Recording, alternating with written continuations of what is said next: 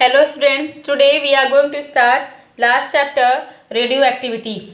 आपकी बुक में इस चैप्टर का नाम मॉडर्न फिजिक्स है। मॉडर्न फिजिक्स का ब्रांच होता है जिसमें हम रेडियोएक्टिविटी मेनली की इसके बारे में पढ़ते हैं, ठीक है। और इसमें आपके एटम से रिलेटेड काफ़ी सारी प्रॉपर्टीज़ होती हैं। तो रेडियो एक्टिविटी आपका, लेकिन आपका जो बोर्ड का सिलेबस है इसमें स्पेसिफिक जो आपका मेन टॉपिक है जिस पे फोकस आपको करना है वो है रेडियो एक्टिविटी। इसीलिए मैंने यहाँ पे चैप्टर 10 रेडियो एक्टिविटी लिखा है। मैं आपको जो भी पीडीएफ प्रोवाइड करा रही हूँ या फिर जो भी आपको नोट्स दिए जा रहे हैं, तो जो आपका बोर्ड का लेटेस्ट सिलेबस है उसके बेस पे मैं आपको जो भी मटेरियल है वो प्रोवाइड करा रही हूँ। तो आपकी जो सृजन की बुक है उससे आपको प्रैक्टिस करना है, वो आपके नॉलेज के लिए है। लेकिन अब सिलेबस कट हो गया है तो मैं आपके पर्टिकुलर उस बुक को फॉलो नहीं कर सकती हूँ, क्योंकि बोर्ड ने जब सिलेबस कट कर दिया गया है तो हमें जो लेटेस्ट सिलेबस है उसके अकॉर्डिंग ही पढ़ाना होगा। तो आप ये टॉपिक देखिए, टॉपिक आपकी बुक में है, सेम चीज़ें हैं, कोई दिक्कत नहीं है। बस उसमें से कुछ कम टॉपिक हैं जो आपको डिस्कस करूँगी, क्योंकि जो बोर्ड में से जो टॉपिक कट गए हैं, उनको कट कर दिया गया है, उन पर हम वीडियोस नहीं बनाएंगे। तो रेडियो एक्टिविटी समझने से पहले आपको पता होना चाहिए कोई भी एटम होता है, एटम का न्यूक्लियस कैसा होता है, एटम में कौन कौन से अदर पार्टिकल्स होते हैं। तो जो एटम होता है जनरली वो आपका एटम मीन्स आपकी जो भी बॉडीज़ हैं, जो भी सब्सटेंसेस है, हर एक मटेरियल किससे बना हुआ है, वो आपका एटम से बना हुआ है। और जो एटम है, एटम के सेंटर पे क्या होता है, एटम के सेंटर पे न्यूक्लियस होता है, ठीक है। एटम जो होता है वो नेचुरल कंडीशन में क्या होता है, न्यूट्रल होता है, एटम पे कोई चार्ज नहीं होता है। एटम के सेंटर पे क्या होता है, न्यूक्लियस होता है। और जो न्यूक्लियस होता है वो पॉजिटिवली चार्ज होता है। आप लोग 10th क्लास में है, केमिस्ट्री हो गया, आप लोग बहुत पहले से टॉपिक पढ़ते आ रहे हैं, तो हम इसे बहुत डीप नहीं जाएंगे। मैं सिर्फ आपको रिवाइज करा के जो हमारा मेन टॉपिक है इस चैप्टर का हम उस पर आएंगे। तो एटम है, एटम के सेंटर पे न्यूक्लियस होता है, जिसको देखिए इस ब्लैक पेन से आपका ड्रॉ किया गया है। और न्यूक्लियस में क्या होते हैं, आपके प्रोटॉन एंड न्यूट्रॉन होते हैं। प्रोटॉन को हमने पी से यहाँ पे इंडिकेट किया है और एन आपका न्यूट्रॉन को इंडिकेट कर रहा है। तो एटम के न्यूक्लियस में आपके प्रोटॉन एंड न्यूट्रॉन होते हैं। प्रोटॉन आपका पॉजिटिवली चार्ज होता है एंड आपका न्यूट्रॉन ये न्यूट्रल होता है। तो जो भी हमारा मॉलिक्यूल है, जो भी हम जिस चीज़ का एटम ले रहे हैं, तो जो भी सेंटर पे हमारा न्यूक्लियस है, न्यूक्लियस में हमारे प्रोटॉन एंड न्यूट्रॉन होते हैं। और न्यूक्लियस के बाहर कुछ ऑर्बिट्स होते हैं। न्यूक्लियस के बाहर ऑर्बिट्स में इलेक्ट्रॉन क्या करते हैं, वो आपका यहाँ पे पूरी इसकी सराउंडिंग, न्यूक्लियस के सराउंडिंग, ये आपका एक पर्टिकुलर ऑर्बिट में इलेक्ट्रॉन्स मूव करते हैं। तो इलेक्ट्रॉन इस तरह से ऑर्बिटल मोशन करते हैं आपका न्यूक्लियस के बाहर, एंड न्यूक्लियस में प्रोटॉन एंड न्यूट्रॉन होते हैं। प्रोटॉन पॉजिटिवली चार्ज होता है, न्यूट्रॉन न्यूट्रल होता है, एंड इलेक्ट्रॉन आपके नेगेटिवली चार्ज होते हैं। तो ये बेसिक है जो आपको सबको पता है। कोई भी एटम है उन्हें इस तरीके से रिप्रेजेंट किया जाता है, कोई भी न्यूक्लियसन को इस तरीके से रिप्रेजेंट किया जाता है। मान लीजिए कोई भी हमारा एटम है एक्स, तो इसको रिप्रेजेंट करते हैं ZXA, या फिर इस तरह से ZXA। यहाँ पे जो आपका Z है ये एटॉमिक नंबर होता है एंड A आपका मास नंबर होता है। Z represent atomic number and A represent mass number. तो अगर आप Na लिख रहे हैं तो Na है, जैसे कि आप H लिखते हैं हाइड्रोजन का आपका एटॉमिक नंबर क्या होता है, 1 होता है। हीलियम का 2 होता है। तो जैसे हम हाइड्रोजन या हीलियम को रिप्रेजेंट करते हैं, तो अगर हीलियम लिखोगे तो हीलियम को आप 2He4 इस तरीके से रिप्रेजेंट करते हैं। तो यहाँ पे जो ये 2 है ये हीलियम का एटॉमिक नंबर है, और जो ये ऊपर 4 लिखा गया है ये हीलियम का मास नंबर है। तो यही आपको बताया जा रहा है कि जो भी एटम्स होते हैं उनको इस तरीके से रिप्रेजेंट किया जाता है ZXA।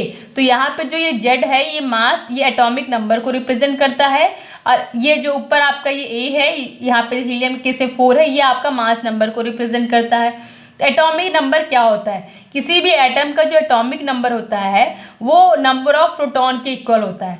न्यूक्लियस, अब देखिए आपका न्यूक्लियस, इलेक्ट्रॉन जो एटम होता है वो ओवरऑल तो न्यूट्रल होता है, लेकिन जो न्यूक्लियस होता है, न्यूक्लियस आपका पॉजिटिवली चार्ज होता है। न्यूक्लियस पॉजिटिवली चार्ज क्यों होता है, क्योंकि न्यूक्लियस के अंदर तो प्रोटॉन है, न्यूट्रॉन है। न्यूट्रॉन का कुछ भी चार्ज नहीं है, न्यूट्रॉन न्यूट्रल है, तो बचा प्रोटॉन। प्रोटॉन क्या है आपका, पॉजिटिवली चार्ज है, इसलिए न्यूक्लियस क्या होता है वो पॉजिटिवली चार्ज होता है, लेकिन जो एटम होता है ओवरऑल वो आपका न्यूट्रल होता है। अभी क्वेश्चन उठता है कि जब ये एटम है, ये आपका न्यूट्रल कैसे होता है, ठीक है। तो एटम आपका नेचुरल कंडीशन में न्यूट्रल इसलिए होता है क्योंकि जो नंबर ऑफ प्रोटॉन और नंबर ऑफ इलेक्ट्रॉन होते हैं वो इक्वल होते हैं। एटम में नंबर ऑफ प्रोटॉन और नंबर ऑफ इलेक्ट्रॉन क्या होते हैं, इक्वल होते हैं नेचुरल कंडीशन पे, ठीक है। और जब आपका ये नंबर ऑफ प्रोटॉन और नंबर ऑफ इलेक्ट्रॉन इक्वल हैं तो फिर ऐसे में क्या हो जाएगा, ओवरऑल एटम जो है वो क्या हो जाएगा, ये आपका न्यूट्रल हो जाएगा। तो इस तरीके से जो आपका एटॉमिक नंबर होता है that will be equal to number of proton. जो आपका जेड होता है एटॉमिक नंबर, ये नंबर ऑफ प्रोटॉन के इक्वल होता है।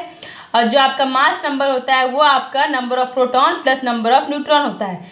मास नंबर क्या होता है, एटम में देखिए आपका न्यूक्लियस में क्या है, प्रोटॉन भी है और न्यूट्रॉन भी है, तो क्या होगा, mass number will be equal to proton plus neutron. Proton और न्यूट्रॉन दोनों के नंबर्स का जो सम होता है वो एटम का मास नंबर होता है। और आप देखिए अगर आपका मास नंबर किसी भी एटम का एटॉमिक नंबर जेड है और आपका मास नंबर ए है, तो अगर एटॉमिक नंबर जेड है तो ऑटोमेटिक है कि ये आपका रिप्रेजेंट, अगर आप यहाँ हीलियम की बात करें, यहाँ हीलियम में नंबर ऑफ प्रोटॉन कितने होंगे, तो वो 2 होंगे। क्यों, क्योंकि आपका यहाँ पे एटॉमिक नंबर क्या है, 2 है, तो ऑटोमेटिक आपका नंबर ऑफ प्रोटॉन 2 हो जाएगा। मास नंबर क्या है, यहाँ पे देखिए मास नंबर हीलियम का क्या है, 4 है। अब अगर आपको number of neutrons find out करना हो, आपको ये निकालना हो कि न्यूक्लियस में कितने नंबर ऑफ न्यूट्रॉन है, तो नंबर ऑफ न्यूट्रॉन की वैल्यू क्या आ जाएगी, यहाँ से देखिए A will be equal to, यहाँ से देखिए A is equal to P plus N, then N will be equal to A minus P and P is equal to Z, so N will be equal to A minus Z या फिर A minus P। तो means number of neutron will be equal to mass number minus atomic number. तो अगर यहाँ पे आपका mass number क्या है, 4 है, एटॉमिक नंबर 2 है, मीन्स इस हीलियम में इसमें यहाँ पे आपका नंबर ऑफ न्यूट्रॉन कितने हैं, 4 माइनस 2 दैट विल बी 2। तो इस तरीके से अगर आपका कोई भी इस तरह से रिप्रेजेंट किया गया है किसी भी न्यूक्लियस को, तो आप उसमें नंबर ऑफ न्यूट्रॉन को भी फाइंड आउट कर सकते हैं। अब नेक्स्ट आता है आइसोटोप्स, आइसोबार्स एंड आइसोटोन्स। तो अब ये क्या होते हैं, आइसोटोप क्या होते हैं, तो देखिए आइसोटोप, आइसोबार और आइसोटोन्स क्या होते हैं। तो आइसोटोप्स क्या होते हैं, जिन एटम्स में या जिस न्यूक्लियस में अगर आपका उन एटम्स का, उन न्यूक्लियस का क्या होता है, आपका एटॉमिक नंबर सेम होता है और मास नंबर डिफरेंट होता है, ठीक है। एटॉमिक नंबर क्या होता है, सेम होता है एंड आपका mass number, A represent mass number और मास नंबर क्या होता है, डिफरेंट होता है। मीन्स उनमें नंबर ऑफ प्रोटॉन तो सेम होता है लेकिन न्यूट्रॉन अलग होते हैं और न्यूट्रॉन का अलग होने की वजह से इनका मास नंबर ए भी डिफरेंट हो जाएगा। अब इस यहाँ पे हम एग्जांपल देख रहे हैं 1H1, 1H2 और 1H3, ये तीनों क्या है, आइसोटोप्स हैं। आइसोटोप्स क्यों है, देखिए इन तीनों का जो है एटॉमिक नंबर वो आपका सेम है, Z equal to 1, Z equal to 1, Z equal to 1 है, सेम है। लेकिन इनका देखिए मास नंबर इसका 1H1 में मास नंबर क्या है, 1, 1H2 में मास नंबर क्या है, 2, 1H3 में मास नंबर क्या है, 3, है ना। तो अब आपका यहाँ पे देखिए आइसोटोप्स में क्या होता है, एटॉमिक नंबर सेम होता है लेकिन मास नंबर क्या होता है, डिफरेंट होता है। Next is isobar. आइसोबार में क्या होता है, इनके आइसोबार जो न्यूक्लियाई होते हैं इनका मास नंबर सेम होता है और इनका एटॉमिक नंबर डिफरेंट होता है। फॉर एग्जांपल देखिए 11Na23, Na सोडियम होता है ना, ये H हाइड्रोजन होता है, Mg क्या होता है आपका, ये Mg है, Mg का एटॉमिक नंबर क्या होता है, 12 होता है। तो देखिए आपका ये Na और Mg इन दोनों में क्या है, मास नंबर सेम है। देखिए ऊपर ये होता है ना आपका मास नंबर दोनों में 23 है लेकिन दोनों का एटॉमिक नंबर डिफरेंट है। इसका एटॉमिक नंबर 11 है, इसका एटॉमिक नंबर क्या है आपका 12 है। तो आइसोबार्स में क्या होता है, आपका मास नंबर ए सेम होता है और एटॉमिक नंबर जेड डिफरेंट होता है। Next is isotones. आइसोटोन में क्या होता है, आइसोटोन में आपका ए भी डिफरेंट होता है और जेड भी डिफरेंट होता है। ना तो एटॉमिक नंबर भी सेम नहीं होता है, मास नंबर भी सेम नहीं होता है, लेकिन आपका नंबर ऑफ न्यूट्रॉन सेम होता है। तो आइसोटोन में क्या होता है, नंबर ऑफ न्यूट्रॉन सेम होता है। फॉर एग्जांपल देखिए 1H2 एंड 2H3। अब 1H2 एंड 2H3 में क्या है, देखिए दोनों में क्या है, दोनों का जेड भी अलग है। इसका जेड 1 है, इसका जेड क्या है 2 है। दोनों का आपका ए भी डिफरेंट है, इसका क्या ए क्या है आपका 2 है, इसका ए आपका 3 है, लेकिन दोनों में नंबर ऑफ न्यूट्रॉन सेम होंगे। इसका नंबर ऑफ न्यूट्रॉन क्या होता है, नंबर ऑफ न्यूट्रॉन इक्वल होता है ए माइनस जे, तो यहाँ पे इसका नंबर ऑफ न्यूट्रॉन हो जाएगा 2 - 1 और इसका नंबर ऑफ न्यूट्रॉन इसमें हो जाएगा 3 -2, दोनों का आंसर क्या आ जाएगा? सेम। इसका आंसर आएगा 1, इसका भी आंसर आएगा 1। मीन्स इन दोनों न्यूक्लियाई में आपका क्या है? नंबर ऑफ न्यूट्रॉन सेम है। तो आइसोटोन में आपका mass number and atomic number different होता है but number of neutron same होता है। आइसोबार में आपका एटॉमिक नंबर डिफरेंट होता है बट मास नंबर सेम होता है। एंड आइसोटोप न्यूक्लियाई का एटम्स का क्या होता है? आपका एटॉमिक नंबर सेम होता है बट मास नंबर डिफरेंट होता है। अब आते हैं हम रेडियो एक्टिविटी। हमने रेडियो एक्टिविटी के बारे में अब आएंगे, हमारा मेन टॉपिक यहाँ से स्टार्ट हो रहा है। तो एटम है, एटम में न्यूक्लियस में आपके प्रोटॉन एंड न्यूट्रॉन होते हैं। एटम के बाहर सर्कुलर ऑर्बिट्स में इलेक्ट्रॉन क्या करते हैं? मूव करते हैं। अब आप ये देखिए, जो आपके हैवियर न्यूक्लियाई होते हैं जिनका एटॉमिक नंबर ज़्यादा होता है, हैवियर न्यूक्लियाई मतलब जिनका एटॉमिक नंबर ज़्यादा होता है, और जो अपने अनस्टेबल कंडीशन में होते हैं, वो अपने एक स्टेबल स्टेट में नहीं होते, अनस्टेबल स्टेट में होते हैं। तो उन सब्सटेंसेस, वो जो सब्सटेंस होते हैं, उस तरह के जो न्यूक्लियाई होते हैं, उनसे कुछ रेज का एमिशन होता है। और जो रेज होती हैं उन्हें स्पेसिफिक नाम देते हैं alpha, beta and gamma.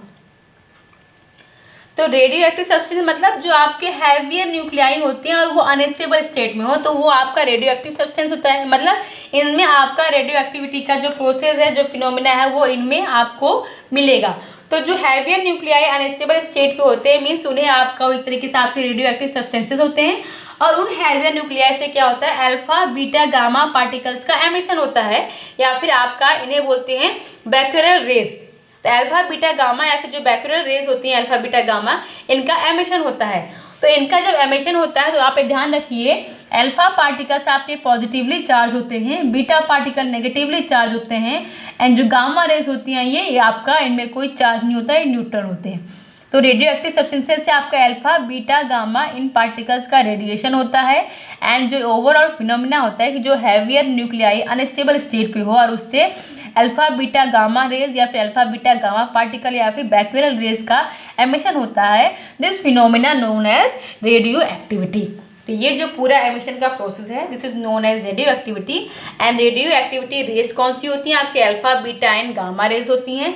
Alpha rays आपकी, अल्फा पार्टिकल्स आपके पॉजिटिवली चार्ज होते हैं और आपके बीटा पार्टिकल्स नेगेटिवली चार्ज होते हैं, एंड गामा पार्टिकल्स आपके चार्जलेस होते हैं, न्यूट्रल होते हैं। तो देखिए, अगर आपका किसी रेडियो एक्टिव सब्सटेंस से alpha, beta, gamma particles radiate होते हैं, उनका एमिशन होता है, तो मीन्स जो सब्सटेंस है वहाँ पे अल्फा डिके हुआ या फिर बीटा डिके या गामा डिके होगा। तो what is alpha, beta and gamma decay? Alpha decay means alpha particles का एमिशन होगा। तो सब्सटेंस जो है, रेडियो एक्टिव सब्सटेंस जो है, वहाँ पे अल्फा पार्टिकल क्या हो जाएगी? कमी हो जाएगी। मान लीजिए पहले इसमें जो अल्फा पार्टिकल्स थे, जब वहाँ से अल्फा पार्टिकल्स का एमिशन हो गया, तो अब इस रेडियो सिस्टम में क्या हो गया? अल्फा पार्टिकल्स की कमी हो गई है। पहले से कंपेरिजन में अल्फा पार्टिकल इसमें कम हो गए हैं, this is known as alpha decay. Beta decay means emission of beta particles. Gamma decay कब होगा?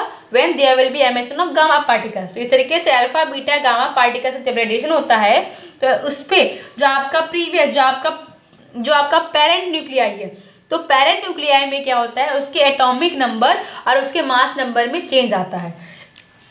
Atomic number Z and mass number A में चेंज आता है। अब ये देखिए, एटॉमिक नंबर जेड और मास नंबर ए में चेंज कैसे आता है? जब अल्फा पार्टिकल्स का एमिशन होता है और अल्फा डिके होता है, तो जो एटॉमिक नंबर होता है that will be decreases by 2। Atomic number 2 number कम हो जाता है। अगर मान लीजिए पहला एटॉमिक नंबर जो भी, अभी हमने यहाँ पे एग्जांपल लिया है 88 RA226, तो अभी यहाँ पे एटॉमिक नंबर 88 है। अगर इसमें से अल्फा पार्टिकल का एमिशन होगा, अल्फा डिके होगा, तो अब जो नया आपका डॉटर न्यूक्लियाई है, तो डॉटर न्यूक्लियाई में क्या हो जाएगा? ये एटॉमिक नंबर क्या होगा? देखिए 86 हो गया है। मीन्स आपका जो एटॉमिक नंबर पहले 88 था, अब वो 86 हो गया। Means atomic number will be decreases by 2 and mass number will be decreases bye 4। यहाँ पे 4 आना चाहिए। मास number will be decreases bye 4, क्योंकि देखिए अगर आपका एटॉमिक नंबर 2 नंबर डिक्रीज करेगा तो मास नंबर आपका 4 टाइम, आपका मास नंबर आपका 4 नंबर डिक्रीज करेगा। So when there will be emission of alpha particle and in case of alpha decay there will be decrease in atomic number by 2 and there will be decrease in mass number by 4। जो atomic number है वो 2 number that will be decreases by 2 and जो mass number है, मास number will be decreases bye 4। तो इस तरीके से हमारा जो पेरेंट न्यूक्लियाई से हमारा डॉटर न्यूक्लियाई हमको मिला हुआ है। देखिए यहाँ पे इसका एटॉमिक नंबर 2 डिक्रीज हुआ है। अगर हम मास नंबर की बात करें तो यहाँ पे मास नंबर हमारा 226 है और यहाँ पे मास नंबर हमें 222 मिला हुआ है। तो यहाँ पे मास नंबर में कितना डिक्रीज हुआ है, 4 का डिक्रीज हुआ है। तो इस तरीके से 2 atomic number and 4 mass number का डिक्रीज हुआ है। और जब आपको 2 एटॉमिक नंबर और 4 मास नंबर का डिक्रीज हुआ तो यहाँ पे क्या मिलेगा, हीलियम पार्टिकल मिलेगा। क्या मिलेगा, हीलियम, क्योंकि 2 आपका एटॉमिक नंबर 2 किसका होता है, हीलियम। मतलब इस तरीके से यहाँ पे किसका एमिशन होगा, हीलियम पार्टिकल का एमिशन होगा। It is equal to 2He4 and plus Q। Q आपका इंडिकेट कर रहा है कि इस पूरे प्रोसेस में आपका एनर्जी भी रिलीज होती है। तो Q यही इंडिकेट कर, देखिए जहाँ पे भी इक्वेशन में Q है, Q का मतलब मीनिंग ये है कि आपका इस पूरे प्रोसेस में एनर्जी का भी एमिशन होगा। सेम देखिए बीटा डीके में क्या होगा, बीटा डीके जब होता है तो आपका atomic number will be increase by 2। Atomic number will be increase by 2। जो आपका पेरेंट न्यूक्लियाई है इसका एटॉमिक नंबर इंक्रीज हो जाएगा बाय 1। तो देखिए यहाँ पे अगर 6C14 ले रही हैं और यहाँ पे हमें डॉटर न्यूक्लियाई में मिला है 7N14। तो यहाँ पे देखिए एटॉमिक नंबर इंक्रीज हो गया है, पहले 6 था अब 7 हो गया है, तो एक नंबर इंक्रीज हो गया है, but mass number will B same in case of beta decay. और इसमें आपको मिलता है फिर प्लस ये आपका इलेक्ट्रॉन। देखिए यहाँ पे आप क्या हो गया, यहाँ पे इलेक्ट्रॉन का एमिशन हुआ है एंड आपका antineutrino and some part of energy आपका रिलीज होगा। एंटी न्यूट्रिनो क्या है, ये टर्म्स अभी आप सिर्फ समझ रहे हैं, पहली बार सुन रहे हैं। ये अभी आपके कैपेबिलिटी नहीं है कि आपको एंटी न्यूट्रिनो समझाया जा सके अभी इस लेवल पे। तो जब आप हायर क्लास में जाएंगे तो आप समझेंगे एंटी न्यूट्रिनो क्या है, और केमिस्ट्री में तो आप इसके बारे में बहुत डीप में पढ़ेंगे जब आपके इक्वेशंस की बात आएगी। अभी मैं सिर्फ फिजिक्स के टर्म में जितना आपको ज़रूरी है उतना ही चीज़ें समझा रही हूँ। बीटा डीके में क्या होगा आपको ये ध्यान रखना है। वैसे सारे जो टर्म्स हैं आपको केमिस्ट्री में नहीं जाऊंगी, केमिस्ट्री में कि यहाँ पे ये रिएक्शन हो गया, नहीं, मुझे रिएक्शन नहीं देखना है। हम यहाँ पे ये देख रहे हैं कि जब बीटा डीके होगा तो बीटा डीके में क्या होगा, आपका मास नंबर सेम होता है and your atomic number will B increases by 1। तो एटॉमिक नंबर इससे इंक्रीज हो गया और आपको इस तरीके से इलेक्ट्रॉन का एमिशन होता है, एंटी न्यूट्रिनो मिलता है और सम अमाउंट ऑफ एनर्जी आपका रिलीज होता है। In case of gamma decay में आपका A और Z दोनों में कोई चेंज नहीं होता है। गामा डीके में क्या होता है, जो पेरेंट न्यूक्लियाई है और जो डॉटर न्यूक्लियाई है दोनों का ही एटॉमिक नंबर भी सेम होता है, दोनों का ही मास नंबर भी सेम होता है जब आपका गामा रेज का या गामा पार्टिकल का रेडिएशन होता है। अब जो ये लिखा गया है ये प्रैक्टिकली प्रूव्ड है, ऐसा नहीं है कि इसको बस ऐसे लिख दिया गया या किसी का मन हुआ तो उसने ये क्वेश्चन बना दिया, नहीं, ये प्रैक्टिकली प्रूव है। और ये चीज़ देखा गया कि जब गामा पार्टिकल्स का एमिशन हुआ था तो गामा पार्टिकल्स के एमिशन होने पर जो आपका न्यूक्लियाई है उसके एटॉमिक नंबर और उसके मास नंबर में कोई चेंज नहीं आया था। अभी देखिए मान लीजिए हमें आप कंसिडर कर रहे हैं 6C12, तो इस तरह के आपके इसमें आपका कार्बन के केस में क्या होता है, यहाँ पे गामा पार्टिकल्स का एमिशन होता है, रेडिएशन होता है, लेकिन उसके जो मास नंबर और एटॉमिक नंबर पे कोई फर्क नहीं पड़ता है। प्लस गामा यहाँ की गामा पार्टिकल आपके चार्जेस होते हैं, गामा पार्टिकल्स में कोई चार्ज होता ही नहीं है, ठीक है। बीटा पार्टिकल्स क्या होता है आपके नेगेटिवली, देखिए यहाँ पे इलेक्ट्रॉन निकला है ना, बीटा पार्टिकल्स का एमिशन हुआ है ना, तो यहाँ आपको क्या मिल रहा है, इलेक्ट्रॉन मिल रहा है ना। यहाँ पे देखिए बात हो रही ना हीलियम की, ये आपका क्या है, एक तरीके से अल्फा पार्टिकल को इंडिकेट करता है, ये आपका अल्फा पार्टिकल को इंडिकेट कर रहा है, ये आपका बीटा पार्टिकल को इंडिकेट कर रहा है। यहाँ पे आपको गामा रेज मिली है, गामा पार्टिकल्स का एमिशन हुआ है, लेकिन आपका एटॉमिक नंबर और मास नंबर में कोई चेंज नहीं हुआ है। Thank you.